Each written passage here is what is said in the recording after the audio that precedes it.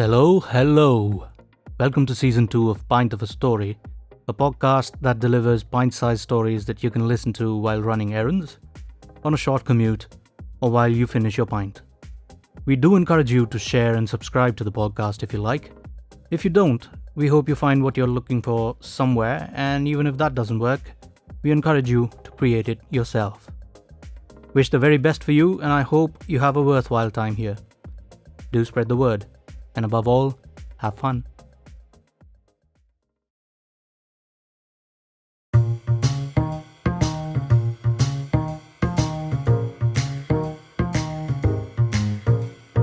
Tales of grandeur, immoral and pure, greed and secrets, passion and glory. The pulse is rising, the plot's surprising, you captivated, that's the point of the story.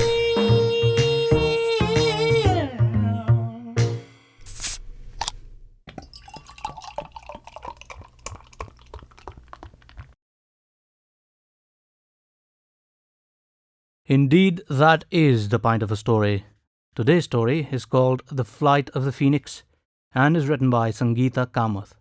This story was first published in December 2021 on penmancy.com. Penmancy.com is a website we deeply care about as they share the same passion as us, which is to provide indie stories a platform to reach as many people as possible. To read this story and many more, please visit penmancy.com.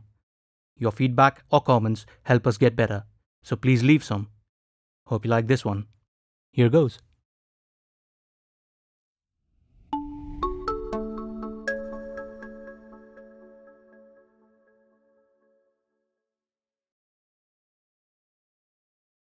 Prologue. It arrived right on time, a blaze of brilliant white across the sky. The tail, an icy spangled decoration.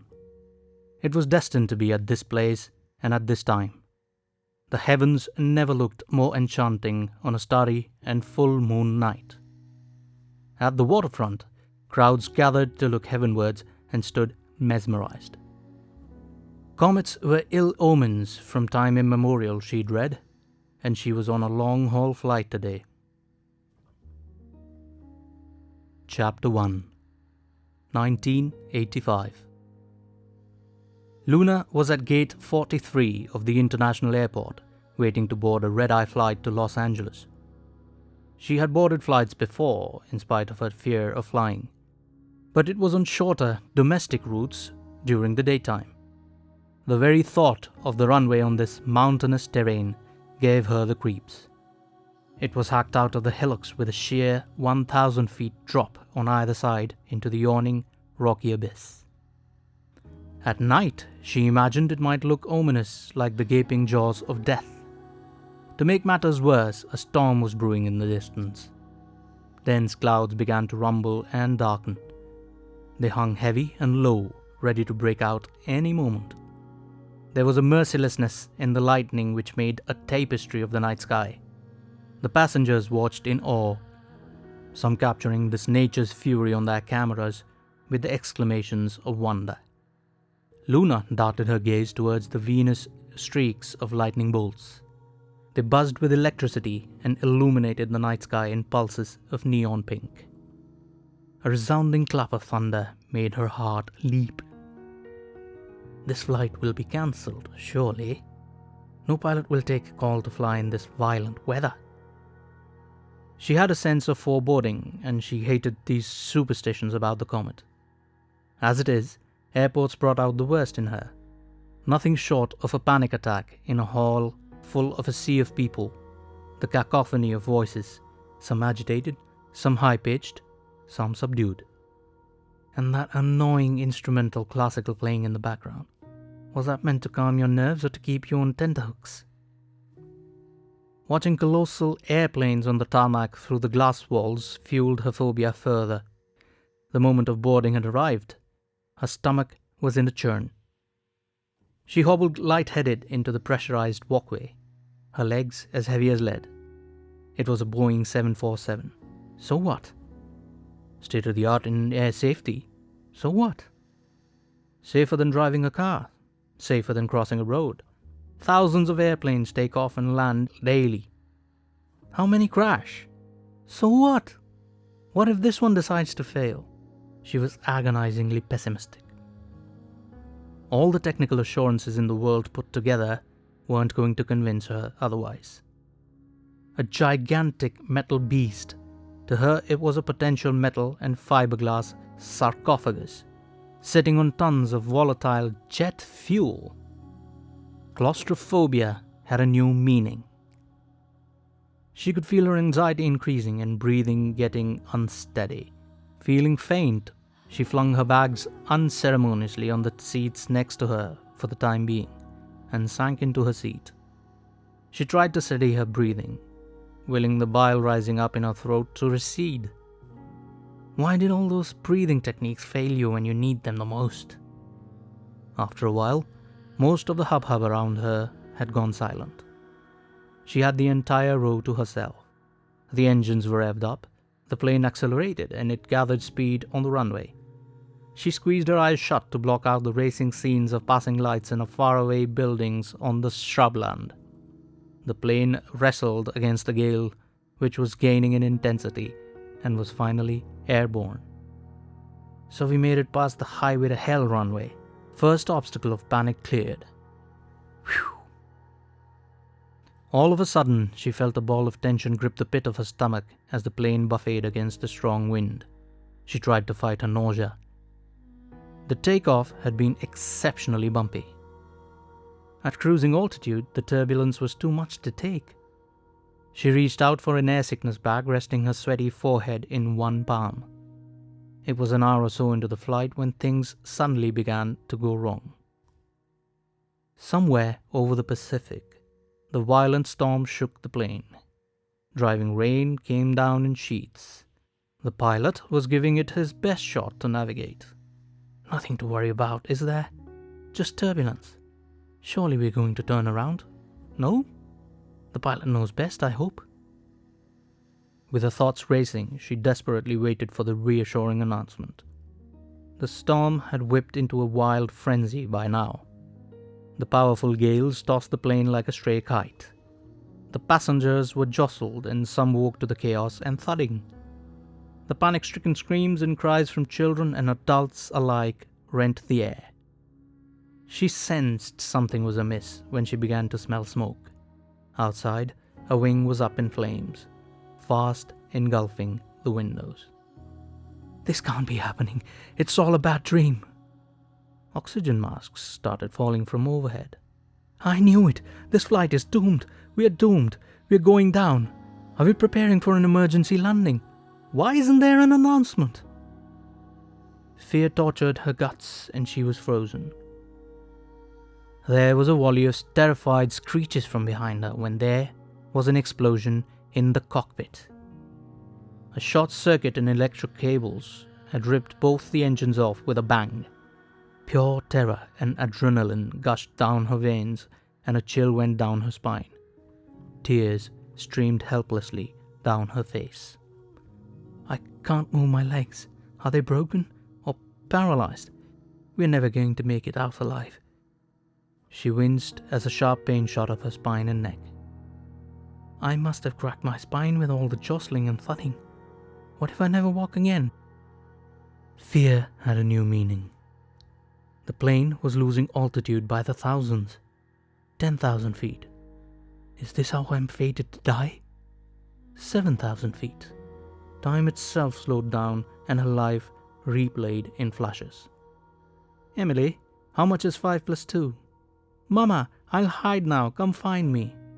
Can we have an ice cream today, Mama? Don't run too fast, Emily. Mama, can I invite all my classmates for my birthday? Mama, I can't draw a straight line. It's all squiggly and wavy. I don't feel so good, Mama. Why is she so pale, Doctor? Please save her. She's all I have. I'm so sorry. We tried our best. 5,000 feet. Emily, my baby, you finally drew a perfect straight green line. On that wretched day. Inside, there was a crunch of glass, severe decompression, and the ferocious heat from the melting metal was unbearable. "Emily, Mama's coming to you. Soon." 2,000 feet. A blinding light from the cockpit and waves of flame leapt inside the cabin. The plane was now a ball of fire surging through the skies, unnavigated, like a second comet, tailing thick smoke. I'd read that a crash in the waters had similar impact to that one's on concrete. I'd read it takes 170 seconds for a plane to plummet to its doom from 30,000 feet. There's the ground. What was the name of that woman who survived the free fall? 500 feet. She heard an ear-splitting boom, a shrill buzz, and then pure static before she slipped into unconsciousness and oblivion. Ground zero. The sea and the sky became one. The comet lost its star-studded show. At the waterfront, people looked on, flabbergasted, and screeched even as the skies had lit up like fireworks and starbursts from heaven when the plane blew apart into smithereens. The smoldering wreckage and debris rained all over the Pacific. It made headlines and breaking news within hours. It was the deadliest aviation disaster involving a Boeing 747. Cause of accident? Mysterious circumstances. And it was all put down as attributing to multiple technical failures and human error. Chapter 2. Sound is always the first thing to puncture the veil of unconsciousness. Second is the pain. Then the memory and the ability to reason, which kicked her fight or flight into gear, making her breathing erratic. She was in a hospital. He was staring down at her with a kind smile. "My name is Dr. Gerard. May I know what's yours?" "Luna. Where am I, Doctor?" She glanced around the room. "I was in a plane crash. How did I survive? No, I can't be alive." Now, don't stress yourself too much. You're in Phoenix Hopetown. You've been through multiple surgeries, and it's the will of God that you've survived such a terrible crash. All the 242 passengers and 15 crew on board did not. Don't you think it's nothing short of a miracle, and that God has plans for you?" "I really don't know, Doctor. Right now my future seems bleak. I have nothing to go on, nothing to live for." "Okay, here's the thing. We have counselors at our hospital who will help you deal with the PTSD, and we'll take it one day at a time, okay? You'll be in physiotherapy as well in a few days once you recover. We'll get you up and walking in about no time." Dr. Gerard was the epitome of positivity. 3 months later. Luna hobbled painfully and had practiced walking in the corridors of the hospital without help.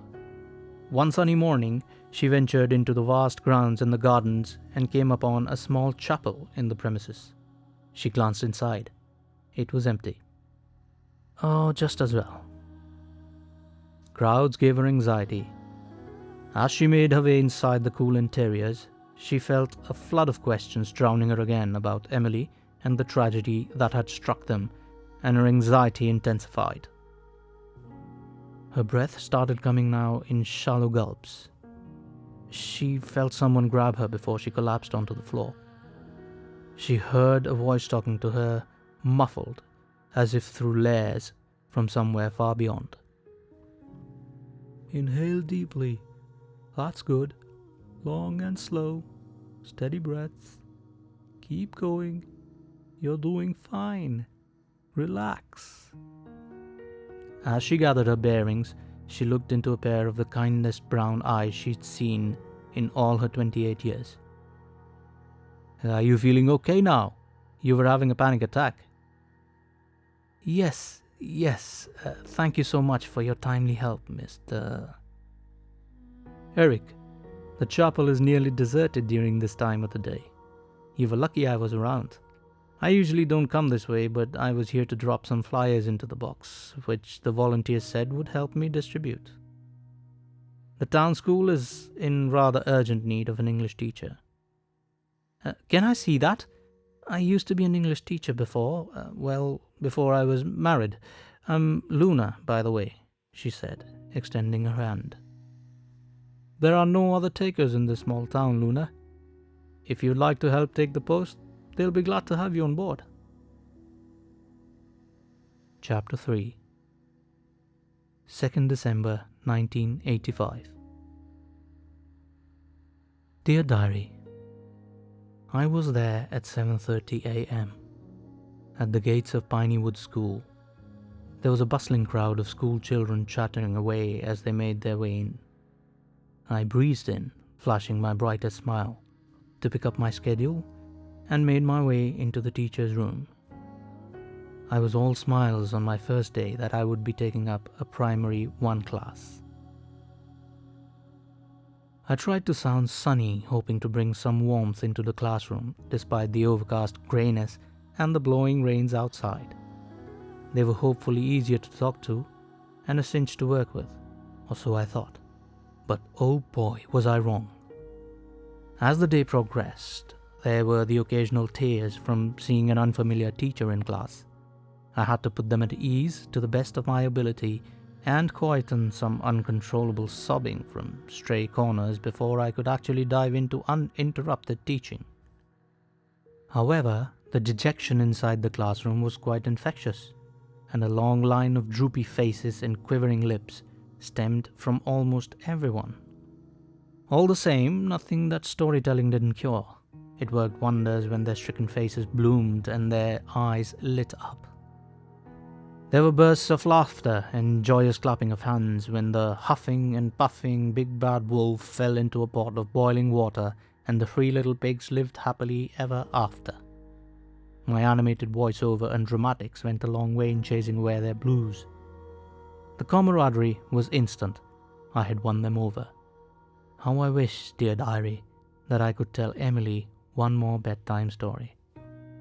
What wouldn't I give in return to see her bright smile, feel her warm cheeks against mine, see her clap in glee when the big bad wolf fell into the pot of boiling water. 24th December 1985. Dear Diary, today when it was time to dismiss the class, I was in for a very pleasant surprise. A very heart-touching craft was given to me by Hannah as I was leaving the classroom. I had noticed as she was tearing a page off her brand new diary, folding something hurriedly with it and tying it up clumsily with a strand of green embroidery thread, just moments before the dismissal hour was up. Her friend Samantha came running up to me outside the door and, almost out of breath, said, "Teacher, Hannah wants to give you something, but she's shy to talk to you." Curious, I made my way back into the classroom and approached Hannah. As I squatted down to her eye level and strained my ears, I heard her feeble voice, which was a little more than a whisper. "Teacher, can I give this to you? It's a butterfly I made for you." It was a heartwarming moment for me, and she had crafted it with her tiny shaking hands in a hurry and interpreted it as a butterfly. "To me, it's a butterfly and more, dear Hannah. It's beautiful." I had tried not to choke on my words. Hannah had beamed at me with a wide, toothy smile. I left the classroom, keeping the delicate strand of paper in the pocket of my handbag, careful not to crush it. It almost felt like the butterfly had no flutter of life inside it, dear diary. This butterfly was my first gift from Pinewood School. I can't stop myself from thinking, dear diary, what Emily would have crafted for me out of her wild imagination. What would she have interpreted as a flower, or a bird, or a tree? 30th January 1986. Dear diary, my last hour for the day before dismissal was in grade 2. It was a generally good class with kids being kids. and I had lined them up in twos to lead them to the parents' waiting bay area when Kyle said to me in all innocence, "Can I hold your hand as we walk?" Alarmed at having missed a condition the boy might be having and feeling guilty for having overlooked it, I subtly and compassionately asked him, "Did your other teacher always hold your hand as you walked?" He shook his head expressively and, pointing to the direction of the bay, said, "No, I just want to hold your hand and walk up there." I obliged, taking his tiny hand in mine, or rather vice versa. The trust, acceptance, and approval. I was moved beyond words. As we reached the gates of the waiting bay, Kyle sped into a run and, turning back, waved at me. Stirring moments like these were a cool mist of respite on my scorching soul, dear diary. I know that I'll never get to hold Emily's hand and to take her to the playground or walk her to school. Kyle, with the same authority, had held my hand today and placed that same trust on me that Emily would have. He might have been told by an angel that I needed someone to hold my hand reassuringly. I can't help but miss Emily more and more. Did I fail her? Today she would be as old as the children in my class. I see Emily's face in each of my students. 25th March 1986. Dear Diary, I had a lot of presents to bring home with me today. I was in a grade 6 class today. On a clear Friday afternoon, the school term was coming to a close for the academic year. There were varied emotions from the graduating class. There were tears of parting, bear hugs with their friends, and some were trying to keep straight faces with moist eyes. Trying to sound convincing, I assured them the life was a circle and that they were bound to meet each other in secondary school, junior college, university, or even at their workplaces in future. This consoled them that graduating from school was not the end of the world after all. After which, there were promises to keep in touch and smiles of gratitude. It took a lot of grit to maintain my composure and not break down in front of them. Next year, there is bound to be another graduating class and another grade 1 class to welcome with open arms. Life gives us many hellos in good measure for every fond goodbye. There's an eternal summer in a grateful heart. I am pleasantly surprised when you know my name even before I introduce myself. I'm immensely overwhelmed when you are happy to see me early in the morning and greet me with great show of enthusiasm by cheerfully jumping up and down with a pitter-patter of tiny feet. I'm divinely blessed when you come up to me with your teeny tiny snack boxes wanting to share a biscuit with me, a piece of sandwich, or a potato chip. It's with a heavy heart that I refuse to partake of it, so that you have a full fill of it yourselves. I feel truly honored when you share your deepest thoughts and classroom squabbles and fallouts with me, trusting my judgment to solve it for you. I feel extra special when I see the joy on your innocent faces when I meet you after a gap of couple of days after the weekend. I feel accepted and approved when you give me that look of recognition and respect. You make my days fruitful and fulfilling. Thank you, children, for giving me an opportunity to realize my potential. Epilogue. Dear Diary, the best treasures are buried deep, and I have struck gold, knowing that love returns manifold in ways that we've never imagined. Notes from my students are taped on my wall which say, "Thank you, teacher, for all the hope that you give and positivity that you radiate." If I can do that for others, I can definitely do it for myself too. The comet bid its farewell today, its curve like an underline of a signature stroke authorizing the joy back in my life as it did so. The crescent moon, a celestial smile in the sky, doubly reassuring me that all will be well.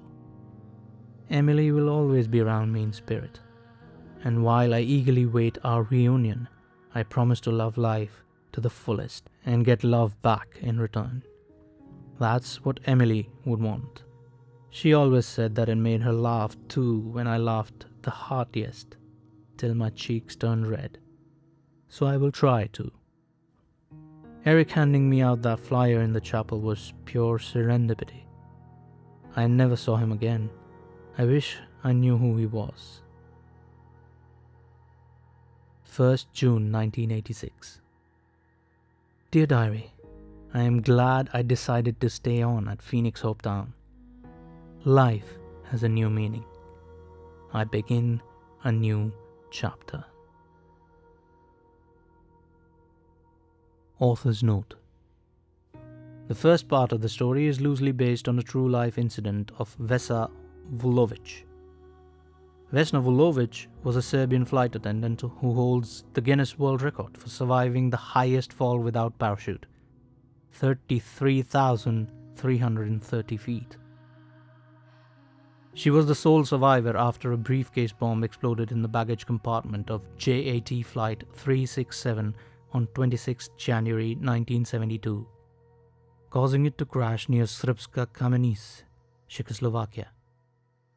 Investigators believed that the fuselage, with Vulovic pinned inside, landed on an angle in a heavily wooded, snow-covered mountainside, which cushioned the impact.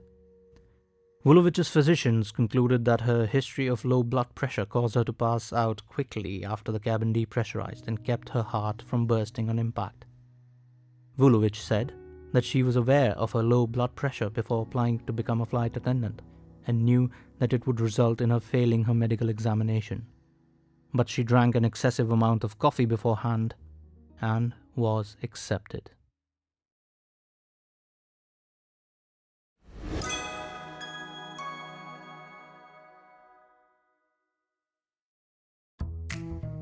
So, we hope you liked that story enough to tempt you to subscribe.